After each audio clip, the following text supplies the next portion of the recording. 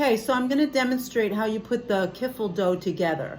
I started with 4 cups of flour and a half a pound of sweet butter, and you slice it into the flour, and now I'm rolling the butter into the flour to get it mixed up somewhat before I add my other ingredients. So at this point, I just want like the butter to become like real flat and kind of mixed in to the butter.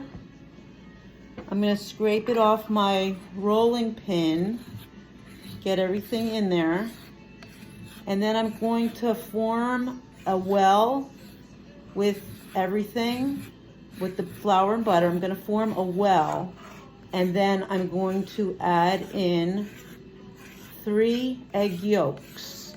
So I have a bowl on the side. I'm gonna separate them right here. And in a moment I will do that as soon as I get this all cleaned off. And so I'm just gonna push all the dough, form a well so that the wet ingredients will stay inside. So we're at that point. I'm gonna separate the eggs. And I'm gonna save the egg whites and usually brush the top of your kiffels before putting them in the oven. With the egg whites, traditionally you're supposed to put some chopped nuts on the top, but we eliminate that portion. So that's 1 egg yolk. And it gives your kiffels a nice shiny, a nice look for presentation, basically. It doesn't really give any extra flavor or anything. It's just for appearance. So it's the 2nd yolk. And you can also use these egg whites if you intend to make the walnut filling that I use calls for egg whites. So you actually can use all parts of your egg. You're not wasting anything. So, and that's the 3rd. So I keep this bowl to the side. I will brush it on before putting the kiffels in the oven.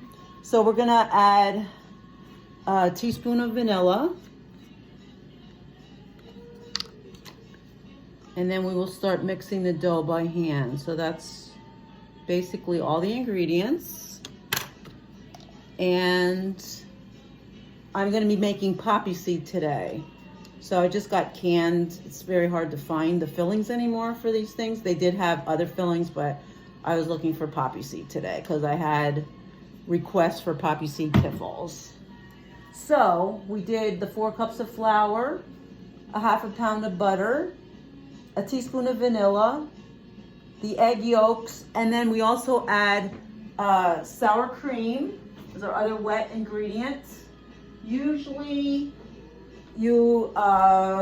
this is a 16 ounce, usually about 8 ounces goes into the kiffel dough. It says to start with like 5 tablespoons, but over the years we've figured this out, that of course I learned from someone who had no recipe. They just kind of did it, and we kind of wrote down the closest thing that it came to. I learned this recipe from my husband's great aunt who was Hungarian, and every time I make this kiffel dough, I call it up to her and say, Marcinini, help me out here. So it's very easy dough to work with. I'm actually going to make this dough and use it right away, which you can. Some doughs you can't, they get too soft.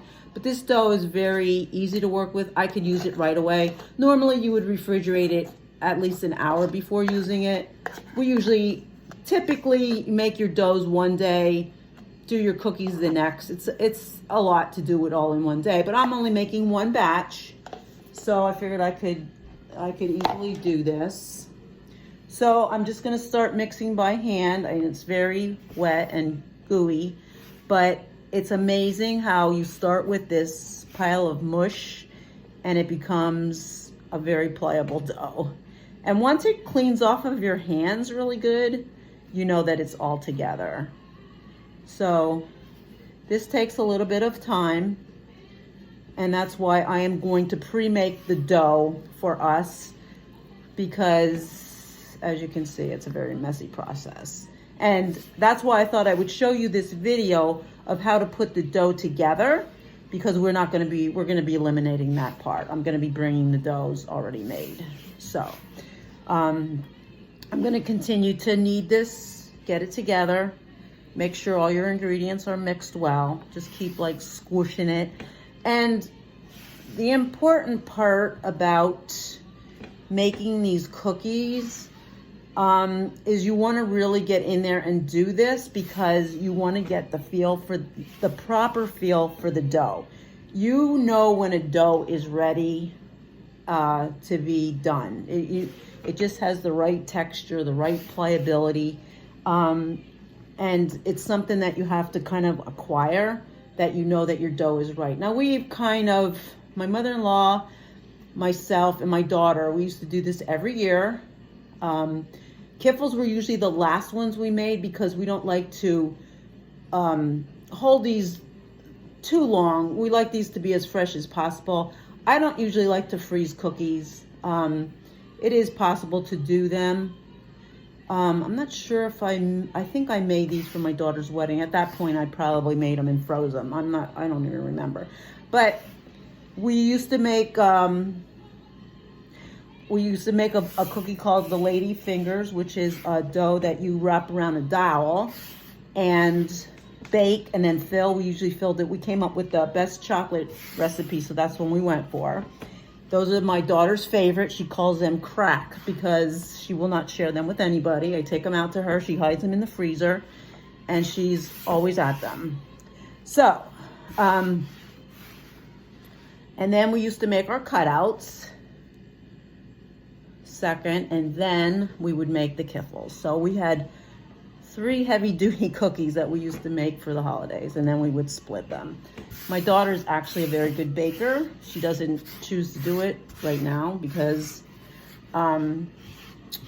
she's too busy, and I would like to eventually teach my granddaughter this recipe so that she can make kiffles. Actually, my daughter went to school up in Lake Erie, and one of her professors was Hungarian. And so she called me up and she said, Mom, I have this teacher. I'd like to make him some kiffles, because this is a Hungarian recipe with the sour cream. So she took it upon herself, by herself, gave her the ingredients. She made walnut kiffles for him. So I was very impressed. And one year she actually, I think she was only 7 years old, and my mother-in-law and I were pretty pooped. So we let my daughter take over, and she literally by herself made cutout cookies. We probably decorated and watched the ovens, and she pretty much rolled out and cut out all the cookies. So she can do it if she wants to. She chooses not to, but she does help her mother-in-law out there make different kind of cookies. Not a lot of rolled cookies like this, like the cutout. They used to make cutouts, but she does a lot of high-end drop cookies, which are out of this world and very decorative and very festive. But also there again, a lot of expensive ingredients and a lot of work. So, and at this point, my daughter chooses not to eat that kind of sweet stuff anymore. But, you know, every once in a while. So, whoopsies, the camera fell. So I'm at the process. You can see where my hands are getting cleaned off at this point. I'm going to just gather up all this. Now, if I find that maybe the dough might be a little tacky, I will certainly add a little bit. Now, to me, it feels a little tacky. Like I might have had a little bit more sour cream. I had a 16 ounce, so I kind of estimated it. So you can see my hands are pretty much cleaned off at this point, which means the dough is pretty much coming together. I'm going to take just a little bit more. And now what you want to do is you want to knead the dough, and you want to get it really mixed good. And like I said, you want to find that perfect consistency. And now I will be rolling out with, I don't usually do this, but I usually just use flour. But since I'm not really putting powdered sugar on the cookies when they're done, which traditionally you put powdered sugar on them before serving. I decided to add a little powdered sugar to my flour mix that I will be rolling the cookies out with. So that had a little bit of powdered sugar in with it,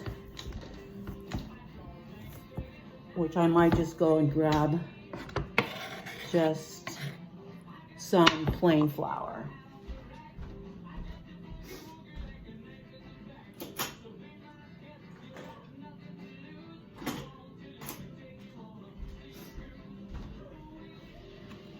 Otherwise, you really don't tamper with adding too much anything else. I mean, you want to be, if you use too much flour, you will get a tough cookie.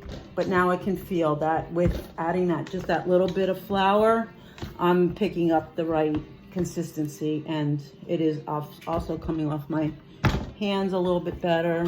I could use just a touch more. And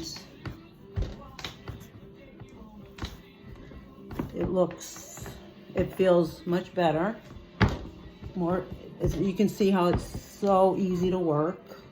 I'm still cleaning off my hands because we want to use all kinds of doughs. Now, usually what I do, like when we made it with my great aunt, it was so funny because she could, I'm gonna put this into a log and I'm gonna cut it into 8 pieces, and each of those pieces will become a circle of dough when I roll it out.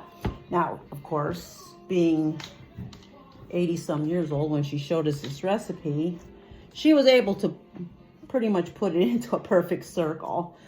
But if you don't like cut the edges off and stuff, you wind up with a lot of cookies that are not all uniform. So my mother-in-law, you think I'm a perfectionist, my mother-in-law, who was also an awesome sewer, sewed all my daughter's clothing until she was a teenager, basically. So she came up with the idea of making all the cookies the same size.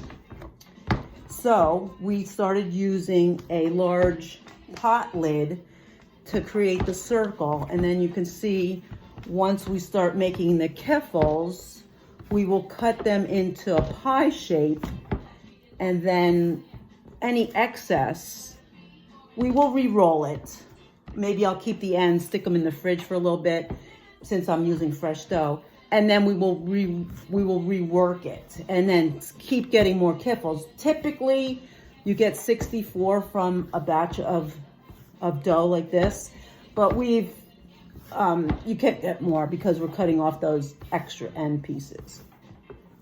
And we do find that it does look much nicer. I get ridiculed all the time, or not ridiculed, but kind of teased about my perfect looking cookies. But I figure if you're gonna take this much time to make cookies and present them, because I usually give them away, I want them to look nice. So I cut the ends off, which I was making kiffels with Crisp Utilla last week. And she was having a fit because I was cutting the little ends off and throwing them in the garbage. And she said, you just threw away like 6 kiffels. I was like, all right, whatever. So at this point, I'll just show you how I cut the dough. I will roll it out into a log. It's very nice and pliable. This is the right consistency. Just added a little bit more flour, which is fine. And so I'm gonna roll it out. I'm gonna roll it into a ball as such. And then I will cut it into 8 somewhat symmetrical pieces. Doesn't really matter. It's all relative. So that's about the size of the log right here. As you can see, I'll put it towards the camera. It's maybe like 8 inches maybe. So each one will be, so I usually take it to the half, a half, and then just every piece in half. So you don't really have to cut through. I can just pull this apart. I'm gonna put it in a pan, and I'll probably put the rest in the fridge while I'm working it. So I'll take each individual little cut and make it into a little disc. And I will put it into a pan, stick it in the fridge, and only work one at a time. So I have, and there's no need to really put anything in your pan. The dough really won't stick. If you want to stick a piece of parchment on the bottom, no problem. But usually only have it in overnight. It's no big deal. So you make like little patties. And then once you roll this out, then you will get your circle. I have to get my lid out, which I will have to remember to take all these things that I need, these little pieces. I'll need a lid. We used a little bit larger lid than I have at Chris's place last night, so I'll have to see if anybody, I'll measure my lid, and if anybody has one that's a little bit larger, we might use that. These cookies get nice. They're might be a little on the petite side, but they're fine. So I'm gonna keep one of the discs out. This is one of the smaller ones. Actually, I'll keep one of them out, and I will put the rest in the fridge. And then as I go, I will just pull one out and work it. And like I said, usually we will get into filling the cookies at our session. Usually just use a butter knife. So I'm going to cut off the video now. I hope this was helpful. It's always better if you're kind of shown how to put the dough together as opposed to just getting a recipe. So we will continue at Pat's house on Thursday. Thank you so much.